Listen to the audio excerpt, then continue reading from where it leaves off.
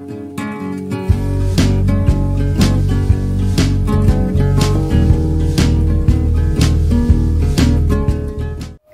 मास का महात्म कोटि जन्मों के पापों को हरने वाला है। तो सुनने और सुनाने से आपके जीवन की सभी बाधाएं समाप्त होती हैं।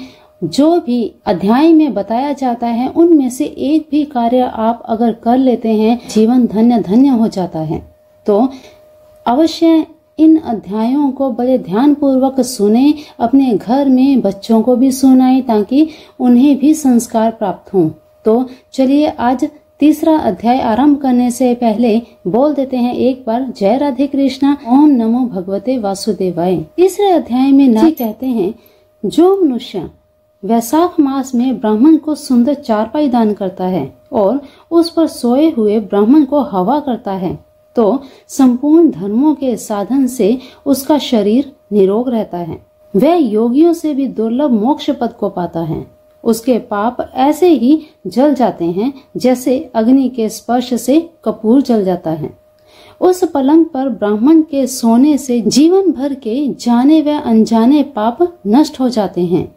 वह इस जन्म में सुखों को भोगता है, उनके कुल की भी वृद्धि हो जाती है और यश और धैर्य मिलता है। जो वैशाख मास में ब्राह्मण को सुंदर तकिया दान करता है, उसके सभी पाप नष्ट हो जाते हैं। बिना उसके मनुष्य सुख पूर्वक सो नहीं सकता और पृथ्वी का राज्य भोगता हुआ 7 जन्मों तक सुखी, धर्मपरायण और विजयी रहकर अपने 7 कुलों सहित मोक्ष को प्राप्त हो जाता है।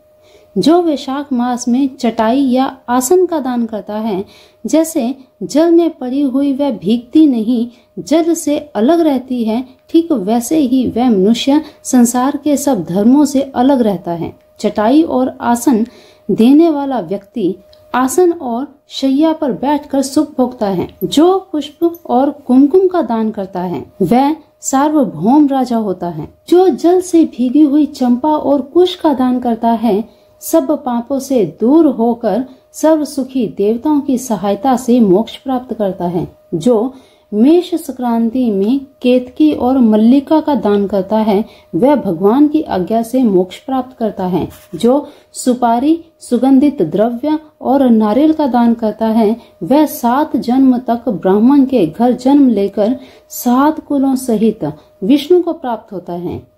जो ब्राह्मण के विश्राम के लिए मंडप बनाकर देता है, उसका अनंत फल होता है। जो छाया मंडप बनाकर बालू गिरवाकर प्याऊ लगवाता है, वह स्वर्ग का भी स्वामी होता है। जो रास्ते में बाग, तालाब, कुआं, बावड़ी, प्याऊ आदि लगवाते हैं, मानो धर्म उसका पुत्र ही है।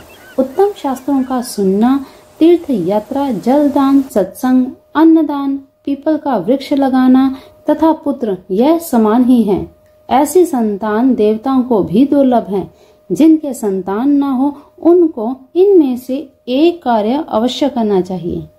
तो आज के तीसरे अध्याय में आपने जाना पुत्र प्राप्ति के लिए आपको क्या करना चाहिए। अगर आपके संतान नहीं है तो तीसरे अध्याय में बताई गई एक भी चीज अगर आप कर लेंगे, निश्चय ही आपको संतान की प्राप्ति होगी। भगवान विष्णु की आपको अपार कृपा प्राप्त होगी।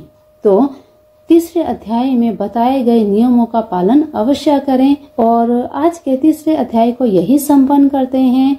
बोलिए जय राधे कृष्णा। कमेंट बॉक्स में जय राधे कृष्णा जरूर लिखिए। भगवान विष्णु, भगवान राधे कृष्णा आप सभी की मनोकामनाएं पूर्ण करें। इसी के साथ आज की वाणी को देते हैं विराम।